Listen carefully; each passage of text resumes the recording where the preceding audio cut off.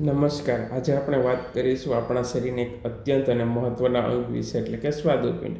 આપણે એને પેન્ક્રિયાસ પણ કહેતા હોય છે. સ્વાદુપિંડ મુખ્યત્વે બે મહત્ત્વના કામ કરતા હોય છે આપણા શરીરમાં.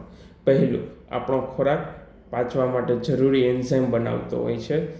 બીજું કામ છે બ્લડ શુગરને કંટ્રોલમાં રાખવા માટે ઇન્સ્યુલિન બનાવવાનું.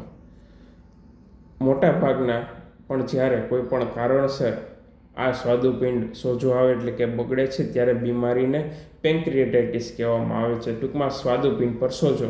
આના મુખ્ય લક્ષણો પેટના ઉપરના ભાગમાં અચાનક સતત દુખાવો થવો, જે પીઠ તરફ પણ થઈ શકતો હોય છે. વારંવાર ઉલટી, ઉબકા આવવા, કારણ વગરનું અચાનક જ વજન ઘટવા લાગવું. યાદ રાખો, સ્વાદુપિંડ લાંબા સમય સુધી યોગ્ય કામ ન કરી શકે તો ભવિષ્યમાં ડાયાબિટીસ થવાનું જોખમ ખૂબ જ વધી જતું હોય છે. તેથી જો તમને કોઈ પણ આવા પણ લક્ષણો દેખાતા હોય તો સામાન્ય રીતે ગેસ, એસિડિટી સમજીને ક્યારેય અવગણશો નહીં. કારણ કે ઘણી વખત યોગ્ય નિદાન, આહારમાં ફેરફાર અને સચોટ હોમિયોપેથિક સારવાર દ્વારા સ્વાદુપિંડના રોગોને ખૂબ જ અસરકારક રીતે નિયંત્રિત કરી શકાય છે, અથવા તો ઘણી વખત મટાડી પણ શકતા હોય છે. વધુ માહિતી માટે અથવા યોગ્ય માર્ગદર્શન માટે આજે જ અમારો સંપર્ક કરી શકો છો. સ્વસ્થ રહો અને તમારા શરીરને કાળજી લો. ધન્યવાદ.